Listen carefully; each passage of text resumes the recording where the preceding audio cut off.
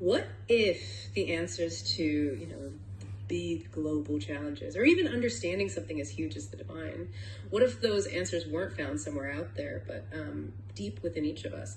Today, we're taking a deep dive right into that. We're aiming to give you a kind of shortcut to really getting your head around a unique blend of ancient wisdom and, well, modern insights. It all centers around the teachings of Hanshi Deena Naidu and his work, Spirit-Mind Awareness, A Path to Global Enlightenment. Our source material for this exploration comes directly from excerpts of Hanshi Naidu's own writings. It's quite a rich tapestry, really, woven from spiritual wisdom, philosophical ideas, and some surprisingly practical guidance. So our mission for you today is to unpack the core bits of his philosophy, explore his unique take on spirituality, karma, existence, and ultimately maybe discover how these timeless truths might resonate and maybe light things up in your own life. We've got some really fascinating stuff here. It spans everything from martial arts discipline right through to deep philosophical thought. Yeah, what's truly fascinating, I think, is how Hanshi Naidu manages to connect these seemingly disparate ideas, from how we act individually, our inner peace, all the way to global enlightenment and even the fundamental nature of God. He pulls it all into one remarkably cohesive and, importantly, actionable framework. We'll definitely explore not just what he says, but really dig into why his perspective matters so much, especially now. Absolutely. And, to truly appreciate the depth of these teachings, I think it's essential we understand the man behind the message. Because this isn't some abstract philosopher in an ivory tower, right? We're talking about someone with an incredibly concrete, hands-on background that's both impressive and, frankly, kind of surprising. Hanshi Deena Naidu is, a true master across multiple, really demanding disciplines. He's a master of karate and keihatsu, which is it's a powerful form of spiritual awakening, inner discipline, often developed through martial arts practice. He's also a meditation teacher, a certified Reiki master. That's a healing practice focused on energy flow, and fittingly, an SMA or spirit-mind awareness teacher. Just his achievements in karate alone are pretty extraordinary. He holds a 9th Dan red belt. Now, to put that in perspective, a 9th Dan is incredibly rare. It signifies decades of mastery, a lifetime dedicated to the art. It puts him right at the absolute pinnacle of karate practitioners globally. This actually makes him the highest level Indian in the world in this discipline. And what's maybe even more impressive, he's only the 6th graduate of the Japan Karate College in Tokyo. That's a distinction recognized by the Japanese government itself. No other South African that's his birth country has ever achieved that level of qualification. Right. And when we connect that back to the bigger picture, his incredibly diverse background, it really suggests a deeply practical, almost embodied approach to his teachings, not just abstract concepts. It truly reflects a life lived embodying the very principles he later teaches. He's not just, talking the talk. He's walked a very unique and pretty challenging path. Exactly. And his experience doesn't even stop there. He also spent 2 years teaching heavy gunners in the Australian Army. Can you imagine the discipline, the focus required in that environment? It really highlights this fascinating blend of physical rigor and serious mental fortitude.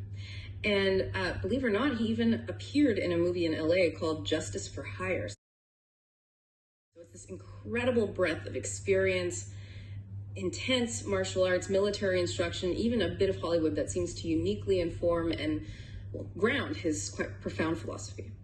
So, with that kind of multifaceted grounding, Hanshi Naidu then turns his attention to what he sees as an urgent global challenge. He asserts that the world desperately needs enlightenment because, as he puts it, it's been shrouded in semi-darkness for far too long. He states that these forces of darkness have led humanity down a perilous path, and they do this by perpetuating what he calls immoral values and this dangerous, erroneous belief in their own immortality. Yeah, it just really brings up that important question about personal agency, doesn't it? And global responsibility, too. Naidu isn't just, complaining about the state of the world. He's explicitly connecting it to choices, individual choices, collective choices, and their karmic outcomes. He really emphasizes accountability, even for those, maybe especially for those, in positions of power. He makes it clear actions have real consequences. That's such a powerful point about accountability. He argues that these forces, and maybe those influenced by them, have failed to grasp the simple yet profound truth of, the transience of life and the inevitability of karma. And the direct consequence, he warns, is that their actions have caused harm to both themselves and the planet's inhabitants. So his message becomes crystal clear, almost starkly simple. Harming others results in suffering, while doing good fosters growth. And this isn't just a general observation he's making, is it? He issues a pretty direct warning to those in power, especially anyone driven by malicious intentions. He reminds them that time is governed by karma, and crucially that the physical body itself, well, it is subject to the ravages of time. So what are some of the maybe practical consequences Naidu points to for those who ignore this, especially when they seem so removed from the direct impact? Well, his main emphasis seems to be on suffering, both for the individual in this life and potentially across lifetimes. He talks about how the path of wickedness will persist through reincarnation. So he's not just saying, bad things will happen. He's underlining that ignoring karma creates this inescapable cycle of negativity. Thanks. And it impacts one's core essence, not just their fleeting physical existence. It's a really profound call to personal responsibility, isn't it? Reminding us that our choices carry immense weight. And those consequences, they extend far beyond what we might immediately see or perceive. They impact ourselves, sure, but also the world around us. It's a call to action, framing these universal principles of consequence and responsibility that really apply to every single one of us. Okay, so building on that theme guidance, accountability, Hanshi Naidu specifically calls out certain groups. He mentions celebrities, for instance, as being particularly susceptible to this pervasive darkness he talks about. He says they are often deceived by the allure of glamour, misled by ego, and led astray by status. It's a pretty stark reminder, I think, that outward success doesn't automatically mean inner enlightenment or virtue. But what does this tell us about that allure of glamour, ego, and status for anyone in a position of perceived success, like in business, politics, maybe even community leadership? I think it highlights a universal human vulnerability, really. While Naidu uses celebrities as a sort of high-profile example, the principle applies much more broadly, doesn't it? Mm-hmm. Anyone in a position of influence can potentially fall prey to believing their status somehow elevates them above, universal moral laws or the consequences of their actions. He's underscoring that true greatness, in his view, isn't found in external validation, but rather in internal integrity and aligning yourself with these karmic principles. That's a crucial distinction. And the solution he proposes, it's equally universal and direct. He states that the path forward is evident. We must cultivate goodness, engage in virtuous actions, and live a righteous life. Simple, yet profound. He also sees this tremendous opportunity for leaders who have achieved greatness to guide their followers towards self-improvement. He emphasizes that by doing so, they will not only elevate their own existence, but also contribute to the betterment of humanity. It's a powerful message about ripple effects, isn't it? Where individual transformation can lead to this collective upliftment. And he really doesn't pull any punches when it comes to the imperative for change. He insists that all notions of immortality must come to an end, and evil must cease to grow. Malevolent intentions must be eradicated. It's like a fundamental dismantling of these self-serving illusions that he believes keep suffering going. He warns that the path of wickedness will persist through reincarnation, ensuring continued suffering, which really underscores the urgency to change course now and embody the light of goodness. So I guess what does this all mean for us listening right now? It really sounds like a universal instruction manual for living a better life. Doesn't matter what your status is or how successful you seem on the outside. It challenges us to look beyond those superficial achievements and really focus on our inner compass. Exactly. It's a very practical blueprint for moral conduct, applicable to anyone, not just people in the public eye.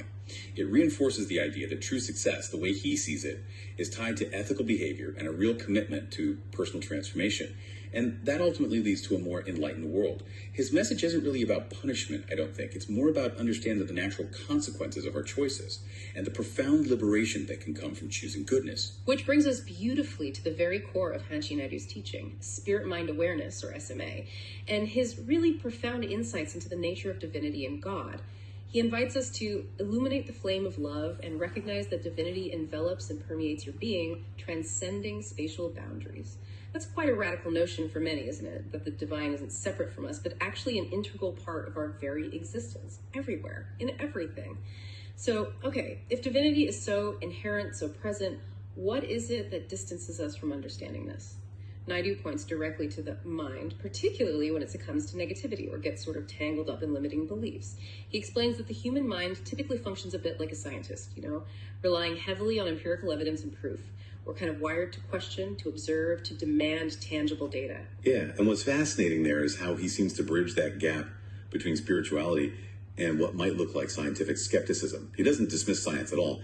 Rather, he places it within a broader context of what is knowable and what simply is. He acknowledges the mind's need for proof, sure, but then asserts that there are profound truths beyond that empirical grasp. He's almost inviting us to expand our definition of proof. That's a really critical distinction. He then posits that God, though invisible, manifests through miraculous events. And he clarifies, God is not a human entity, nor a distant probability. Rather, God exists beyond human comprehension. This feels key. It's not a being we can fully categorize or kind of confine within our limited understanding. And then he brilliantly highlights this paradox with science. He notes that while scientists assert that God cannot be empirically proven, science itself often struggles, right? Can it, for example, definitively explain the essence of life or the intricacies of cardiac function? Not fully. He concludes that science oscillates between capability and limitation, suggesting there are realms of existence, realms of truth that just defy purely empirical measurement. Exactly. Science shows us so much, but even with all its power, it hits limits.